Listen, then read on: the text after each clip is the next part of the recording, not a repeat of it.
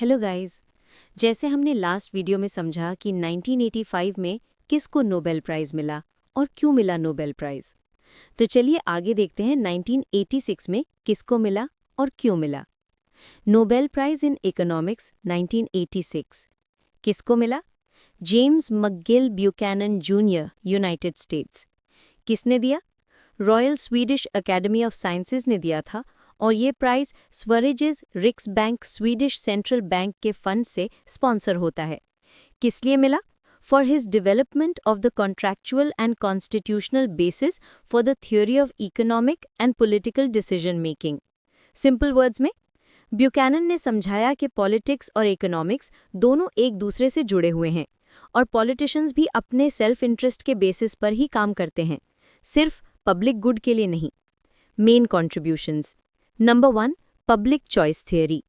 पहले इकोनॉमिक्स सिर्फ मार्केट्स के बारे में होती थी, बायर्स और सेलर्स के डिसीजंस के बारे में।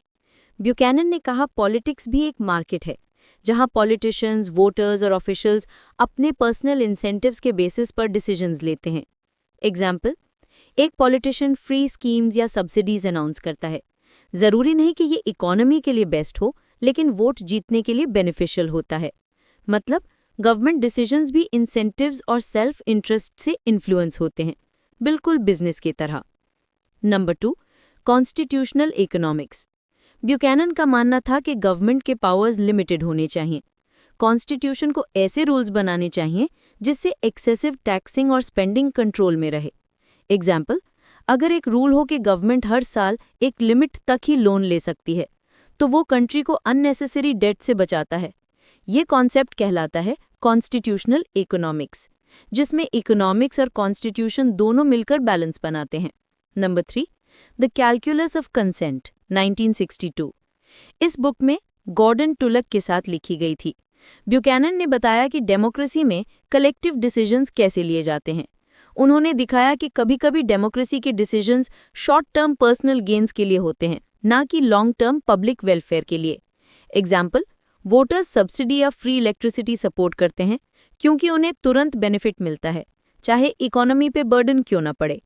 Number 4, individualism in politics.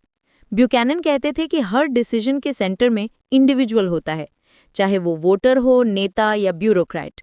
उन्होंने कहा पॉलिटिक्स इज एक्सचेंज। जैसे मार्केट में गुड्स ट्रेड होते हैं, वैसा ही पॉलिटिक्स में वोट्स और पॉलिसीज ट्रेड होती हैं। नंबर 5, गवर्नमेंट और इंसेंटिव्स।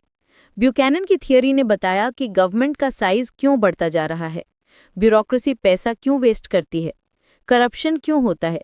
सब कुछ इंसेंटिव्स और सेल्फ इंटरेस्ट के वजह से होता है। उनके आइडियाज ने फिस्कल डिसिप्लिन, ट्रांसपेरेंसी और लिमिटेड गवर्नमेंट के रिफॉर्म्स को इंस्पायर किया। Number 6, real world impact. Public choice theory ने दुनिया भर के रिफॉर्म्स को इन्फ्लुएंस किया, जैसे कि government accountability, tax reforms, privatisation और budget limits. Number 7, economics plus politics का कनेक्शन। ब्यूकैनन ने इकोनॉमिक्स और पॉलिटिक्स के बीच एक ब्रिज बनाया।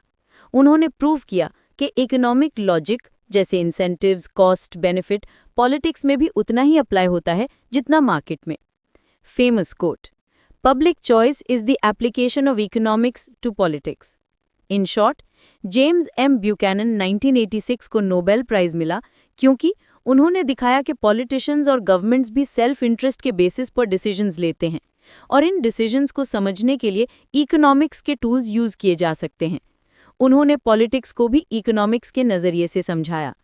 James Buchanan 1986 won the Nobel prize for creating public choice theory, जिसमें इकोनॉमिक्स के प्रिंसिपल्स को पॉलिटिक्स और गवर्नमेंट डिसीजन मेकिंग पर अप्लाई किया गया।